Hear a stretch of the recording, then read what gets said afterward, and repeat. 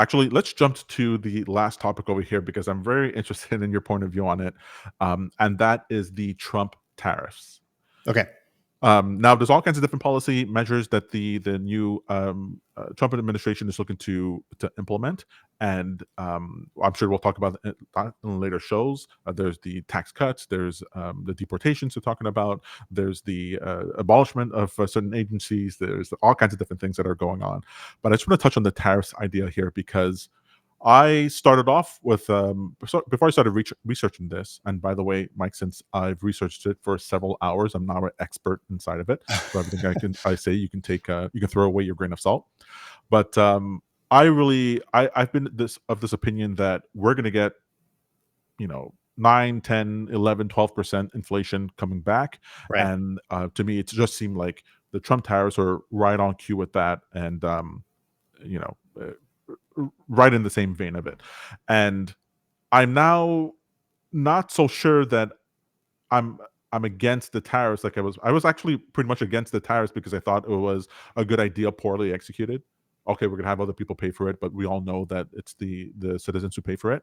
But then as I thought more about it, I was like, okay, it could actually be good. But before I throw to you on that, I'd just like to play you a video from Mike Green, who is a financial analyst, very respected within his field, who talks about what could be the effects of the tariffs, either good or bad. Let's So see let me it. just play that real quick. Economy is Trump inheriting here? Well, again, I think he's inheriting a bifurcated economy that can effectively be split between those who are rich in financial assets and therefore don't need to borrow and instead benefit from higher interest rates through increased income, and those that are trying to get their start in life, who need to borrow to effectively obtain capital to use in their productive career, right? You graduate from college, you need a suit, you need a car, you need an apartment, you need, right? And all of those things, renting an apartment is just a form of taking out debt, right? And saying, I will offer you payment to allow you to service the costs that you incurred in terms of building this house for me, right? All of that has to be put in place for those individuals beforehand. And by hiking interest rates, we've actually disadvantaged that segment of the economy. We see this particularly in the unemployment area, where many of the tools that have allowed other Americans to avoid filing for unemployment when they lost their job, things like Uber, et cetera, are less available to the younger generation. Many states actually ban those under the age of 25 for driving for Uber because of insurance purposes. Same reason they can't rent a car at the airport, for example. Right. And we actually see this in the data. So there is a very marked deterioration in the unemployment rate for those under the age of 25 relative to all other age groups. When I talk to my daughter, who is in the process of graduating college from a fantastic school and has done very well herself, many of her friends are now really struggling to find employment or internships or the opportunities to get on that ladder. And that's happening at the top end. Everything I'm hearing suggests that in less prestigious institutions, it's even worse. It's been worse. Imports and 60% tariffs on all imports associated with China, and we were to receive no net benefit in terms of increased exports to those countries in exchange for it, then you have a very bad outcome, right? I mean, the simple math is prices go up in the United States. That means that on things that people need, they would have to spend more money on those. That leaves less money available for discretionary purchases and savings. That in turn trickles through the economy with a dramatic slowdown. There's a second policy that Trump has announced that, again, I think is a literally versus seriously component, which is the deportation of illegal immigrants. That can be conducted in a manner that's actually fantastically valuable, right? Trump could make an announcement. You're an illegal immigrant in the United States. You have 30 days to register with the INS. If you have not committed any crimes, if you have not done XYZ, and you have a job, we're going to expedite you through the process of getting a green card so that at minimum, we know you're actually participating in the system on a legal framework. You go 30 days past that, then there's going to be penalties associated with that. And if you go 30 days past that, let's call it a credit card delinquency of 90 days, right? There's going to be incentives to deport you and you're not coming back, right? Again, could we have a scenario in which everybody declares we suddenly discover a whole bunch more tax revenue associated with illegal immigrants that are currently being paid under the table? the system becomes more fair and everybody is able to pursue it in a profitable and legal economic framework going forward. It's a possibility. Is it hard? Yes. There's no question about it, right? And all right, so I'll stop it there. The video is actually fantastically interesting. I'll actually just share the link inside of the chat because I just thought it was just so wonderful. Sure.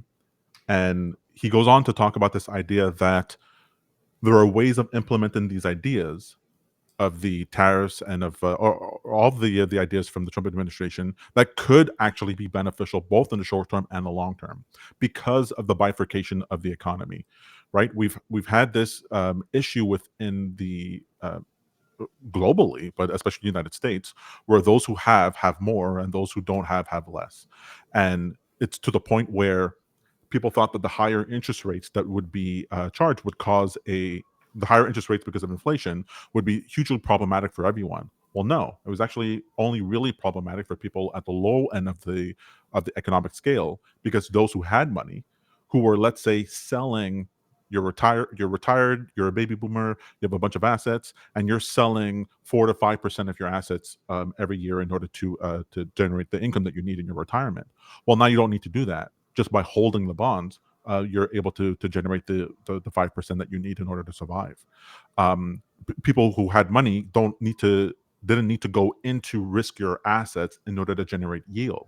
They could put the money into the bond market and generate a safer yield without having to think about it. There was more opportunity to make money for those who had money, and those who don't have money, obviously, their prices went up. Groceries cost 4 times more. They can't offset that cost, and all the problems that happened there. So the tariffs, what happens is that those whose money has been the disposable income, they're going to have higher things to pay, and that tariff money is actually going to the government. And the plan is for the government to use that money to reduce the size of government and reinvest that money inside of in a redistributive fashion within the United States. So, which will go to the lower end of the economic scale, right? Because how are they going to get out of this hole unless there's some sort of helping hand from above? So there's good things and bad things about it, but the idea here is that the tariffs could actually be very stimulative for the economy. And even though you have higher prices for goods, those goods and services can be avoided, as they are avoided anyway by people on the lower end of the scale who can't afford it as it is now. They can be avoided while new opportunities for jobs locally become more available. What do you think? So I remember in 2005, 2006, somewhere around there was an act that came up for proposal called the Fair Tax Act. And effectively what it intended to do was to increase the national sales tax on all goods and services and decrease our income tax entirely to a point where effectively we could get rid of income tax altogether and then start taking advantage of the fact that more citizens would be paying their fair share of taxes based on their consumption. And I think at face value, I was really quite interested in this because this also captured, people who are tax evaders, criminals, illegal immigrants, everybody. Now everybody's paying their fair share in taxes, right? Because if you're going to buy something in America, that's going to go directly towards our taxation system, right? I think what I'm seeing here is something similar, where an increase in tariffs will obviously naturally lead to a rise in the cost of goods and services in America. Each time you consume, each time you buy something, it's slightly more expensive than it was before. And that tax revenue is being passed on to the end consumer. In the meantime, tax revenues have already been collected by the government in the form of tariff taxes in order to fund some of these programs. However, I feel like there's a little bit of a trade-off here because I think Trump intends to reduce income tax at the same time that he's increasing the tariff tax. So I don't know that we end up with any kind of necessarily budget surplus. And at the end of it, all we've done is just traded income tax for sales tax. What I like about that is that you have a choice. You have a choice not to spend. You can decide that I'm going to take advantage of the lower income tax and save some of the money that I'm keeping from that. But in this world, in today's day and age, saving is less possible for the average American than it used to be. We're still going to have to spend. And I think that ultimately the impact these tariffs potentially have on the average consumer is enough to where we're not really talking about average daily choices here. We're talking about the cost of goods affecting the necessary spending of the average person, not just the discretionary spending, right? Where I have the choice of not. I don't have the choice of not feeding my family every day. And if the cost of feeding my family has significantly risen, that's going to affect everybody in the United States. That's the part I think I'm mostly concerned about is that this isn't a one-to-one trade. I think this actually ends up hurting us more than it helps us. All right, so let me show you these two articles. I thought actually I can show you that other one. I'll describe one and I'll show the other, because this was also my concern. Right, on paper, it all seems like it could work out. It could be pretty interesting, but then you go, well, there are other actors, there are other players within the the other countries that you're charging these tariffs to, the different participants within the United States. What are they going to do? So I thought that the tariffs automatically meant a higher price for the goods, but no, the tariffs can actually be absorbed by the foreign country, The right? importer. Well, first, the foreign country what they can do is debase their own currency in order to offer the goods at a lower price, and so that the tariffs aren't felt, that they're essentially absorbing the tariffs on their end. Which the U.S. government, the idea here is that the Trump government wouldn't actually want that, because the whole point is that they don't want to have to compete abroad. They do want people to purchase locally, but whatever, leave that aside. That's still a possibility. You have the possibility that, like you just said, the importer can lower the prices, get a lower profit margin in order to keep the prices stable, and that would come automatically with a need to increase productivity. Right, you have to increase productivity in order to find ways of maintaining your profit in order to offer those goods locally at a lower price.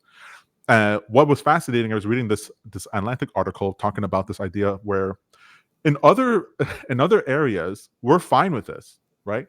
The carbon tax credit, sorry, the carbon tax on gas on certain goods, in order you pay more in order to ostensibly help the environment or to mitigate pollution. We're fine with that. We go, no, we accept that higher cost with the idea that that is beneficial for the society. For going green, there's all kinds of different green technologies that are more expensive, especially in the short term, that we acknowledge could be useful for buying local. How many times have you heard people go, well, you should support local businesses, even though they're more expensive for your coffee or shoes or whatever it is, as opposed to going to big box retailers? That pitch has been done in all kinds of different scenarios where we go, no, accept the higher prices and we'll benefit locally, the society as a whole. Yeah, That but I think in somehow, those examples that you've provided there, those are marginal increases in cost, not significant increases in cost. Maybe if I could, one way to put this into context is to compare it to the typical average rate on all imports throughout the past. If I can share my screen, let me just give you this this example here. So if we're looking at the history of our tariffs over time, you can see that rate has come down significantly over time. And even looking at 2018, when Trump had originally implemented the first spike of imports, we saw that average rate on imports go up from roughly 5% to 9%. What I find really interesting about this chart is that Trump is proposing almost an 18% average rate on all imports under his current proposals. Well, we haven't seen that average rate that high since 1933, which happens to coincide with the Great Depression. So I really question whether or not this is marginal increase in cost versus significant increase in cost. Does that make sense? absolutely. Well, there's two things there. One, we know that we know that the way that the system is currently working is not working. It is causing a greater and greater divide between those who have and those who have not. And so something different must occur. And obviously, that's why a bunch of people voted for Donald Trump. They're like, well, let's try something. If it's going to be worse, fine. But we definitely know that the train we're on was bad. But I'd love to share this one article here that I found pretty interesting. This is from my own country, this is about the I don't know if you remember, there was this whole hubbub over NAFTA, that the North American Free Trade Agreement that that was pushed through, I believe, under the Clinton era, and that some people praise and some people don't like. And what it net resulted in is a bunch of companies that went abroad, that, you know, there was just a drain of manufacturing from the United States because of the whole Triffin's dilemma that we've talked about last Friday. So this is something that I thought was interesting. This is from after this new agreement, which is the Kuzma agreement, the Canada, United States, Mexico agreement. Trump spent years threatening to cancel NAFTA, but in the end, the rewritten deal, now called Canada, United States, Mexico agreement, has been heralded as an example of how deals can be made to benefit all parties. Since the new agreement came into effect, quote, trade between Canada, the US, and Mexico has flourished, wrote a TD economics team in a research paper after last week's election. TD says trade is up more than 30%, or more than $1.5 trillion since the deal was negotiated. Trump, from an American point of view, has been proven right, said trade lawyer Mark Warner, a principal at MAAW Law in Toronto. Warner says that most Americans never supported free trade, and that Trump was able to break a consensus among Republican politicians and drag the party closer to public opinion. When Trump came along as president, he said, nope, we're not going to be the old Republican Party. We're going to go after China on trade. We're going to go after all our trading partners. We're going to drive a higher bargain. We're going to look at all these deals and say, what the hell is that? Said Warner. So in classic Trumpian way. Yeah, exactly. I like it. Classic Trumpian way, sort of like, well, let's just reimagine this, and I don't like this trade deficit, so now we're going to do whatever we can in order to stop it. Mm-hmm. Now, I know some people are saying, you know, even Mike Green was saying, don't take Trump literally, right? But let's say he did actually get everything that he wanted, and tariffs were up at 18%, 20%, and 60% on China. What you'll find if you read other newspapers in other countries, mm-hmm. is that they go, one, we don't want these tariffs, but we can't tell the United States, well, then we'll put tariffs on you. They'll say that. They'll be like, we're going to have to find some other way to compromise because we don't want these tariffs, or they're going to have some sort of impact, and so we're going to have to negotiate. And they're ready to negotiate. These other countries are like, okay, we're going to have to figure out some way. And they describe it as America. If they do this, America's going to shoot themselves in the foot. But you know who definitely doesn't want America to shoot themselves in the foot? Every other country in the world. So they're like, okay, let's think about it. Okay, we've got to make the populist agenda of the United States, this mandate that basically Trump had from the United States. We've got to make them happy some way. We have to negotiate. Sure, we know we've been like screwing them in this way, so let's pull back on that. And there's going to be a rejiggering of the system, which makes me extremely excited. And after seeing this thing with the and you know, as a Canadian, I'm super excited about it because we basically don't do anything until we see the United States do it. And if you guys do that, then it opens up the opportunities for us to do similar things. And I do like this sort of like bring things local, make deals for abroad that help the populations from those countries, as opposed to just the upper 10%. Right? So are you anticipating then that the entire narrative around increased cost of goods could be false because the threat of increased tariffs is enough to force other countries to renegotiate deals with America to the extent that consumer goods could actually be less expensive? Or yes. Okay. And the tariffs go to your own government. Like, I like that. The tariffs go to my own government, and I have some say in that, as opposed to I get lower prices for goods, but the profit's going somewhere, and I have no say on that. There's no benefit to me there. The idea that I can either pay the tariff by having the outside good and get that status that I had this higher cost outside good, blah blah blah, or I buy locally and I'm supporting locally and I don't have to pay the tariff. I like that sort of dynamic, and I wish there was more. I wish there was more politicians talking about, hey, how can we actually shrink government, actually potentially increase revenue to the government, but while shrinking government, giving more freedom and purchasing power back to the individual without printing more money, right? Because nothing that we've talked about so far with the tariffs are we saying that we need to actually print dollars. Whereas every other policy that I've ever heard any other politician talk about is how we're going to print money and give it to you. Right. Okay, so now we've got another part of the equation to balance out, which is the effect that deportation will have on this as well. One of the insights that I picked up in really kind of researching this topic here was the idea that there's actually more tax revenue collected from illegal immigrants than people realize. It's almost $20 billion a year. And the reason why is that many illegal immigrants actually provide a false social security number, and their employers are still paying their share of employment taxes to the federal government with every paycheck that they're giving these individuals. It leads to a lot of headaches in the long run, obviously, because then they're still filing all this paperwork and they're not even valid citizens and so on and so forth. But we're still collecting that revenue. It still shows up at the door of the IRS. So it's worth pointing out that by deporting as many of these people as possible, however that process is going to unfold, and as however costly it's going to be, we're also potentially losing a lot of that tax revenue that we're already collecting. You have thoughts on that? Yeah, so it's so fascinating. The idea here is that, because the linchpin, and I didn't really come to terms with this. I didn't really understand what the argument for open borders or undocumented workers were until I was listening to Pod Save America. I don't know if you listen to that podcast, but I'm going to be delicate here because I don't want to misquote them, but essentially they were saying that the United States caused the social and economic problems abroad. Those people then decide to come to the United States in order to seek a better life.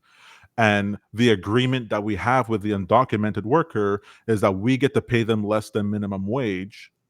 We get access to services that we couldn't, and goods and services we couldn't have otherwise. So they're like almost like the second class citizen, but it's better than where you were. And we also made your country worse because of how, our American imperialism. And I was like, they're defending this? They're like, we want the undocumented class? I was like, this is, I had never heard anyone say that out loud. So strange. So the idea here is, because it always comes down to the idea of the profit motive, right? The Triffin's dilemma that we talked about last Friday, where there's an incentive for countries around the world to solicit manufacturing and production away from the United States abroad, has the effect of diminishing causes the bifurcation, diminishes the quality of life for middle and lower income earners in the country that has a reserve currency, in this case, the United States. And so we have to stem that tide. And that tide has to end eventually with the United States no longer being the reserve currency. I mean, there's no real way out of that. Either be an empire, grow, have the reserve currency, debase your currency until boom, it collapses one day and the barbarians are at the door, or that whole thing's got to change. Like, there's no real way around that. And so I see all these things, the tariffs, the deportations and all that on the road to let's no longer be an empire, right? Let's no longer be an empire. Now, if you're on the side of let's no longer be an empire, then that for a period of time, there'll be anarchy, there'll be chaos, there'll be a disruption. But the idea is that the rebalancing actually favors all foreign countries. Like, it's actually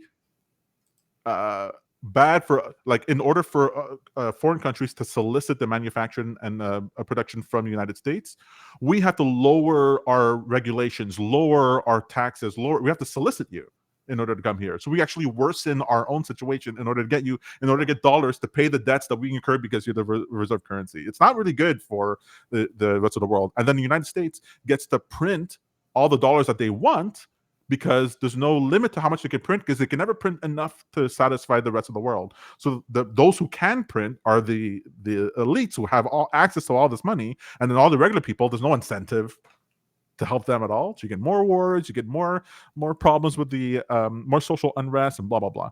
So I think everyone is benefited if we switch that system. We go through this turmoil, except those at the top right now. Those at the top right now are the ones who go, hey, whoa, I'm happy with the way that the system works. And you're like, yeah, well, you just saw the election. Not just the United States, all around the world, this populist uprising, this fourth turning populist uprising, we're not happy with it. So let's flip the table.